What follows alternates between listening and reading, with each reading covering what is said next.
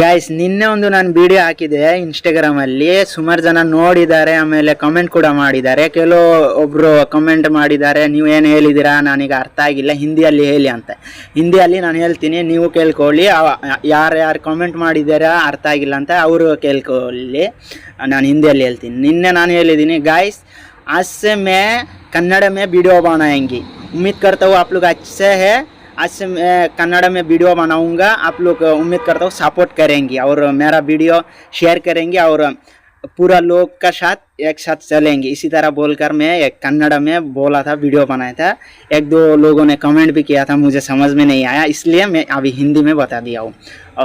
ಇನ್ನು ಯಾರ್ಯಾರು ಕನ್ನಡದವ್ರು ನೋಡ್ತಾ ಇದ್ದೀರಾ, ಎಲ್ಲಿಂದ ನೋಡ್ತಾ ಇದ್ದೀರಾ ಕಮೆಂಟಲ್ಲಿ ಹೇಳಿ. ಯಾವ ಊರಿಂದ ನೋಡ್ತಾ ಇದ್ದೀರಾ, ಕರ್ನಾಟಕದಿಂದ ಯಾರ್ಯಾರು ನೋಡ್ತಿದ್ದೀರಾ, ಬೇರೆ ಕಡೆಯಿಂದ ಯಾರ್ಯಾರು ನೋಡ್ತಿದ್ದೀರಾ ಕಮೆಂಟ್ ಮಾಡಿ, ಸರಿ. ಇನ್ನು ಲೈಕ್ ಮಾಡಿ, ಶೇರ್ ಮಾಡಿ, ಓಕೆ.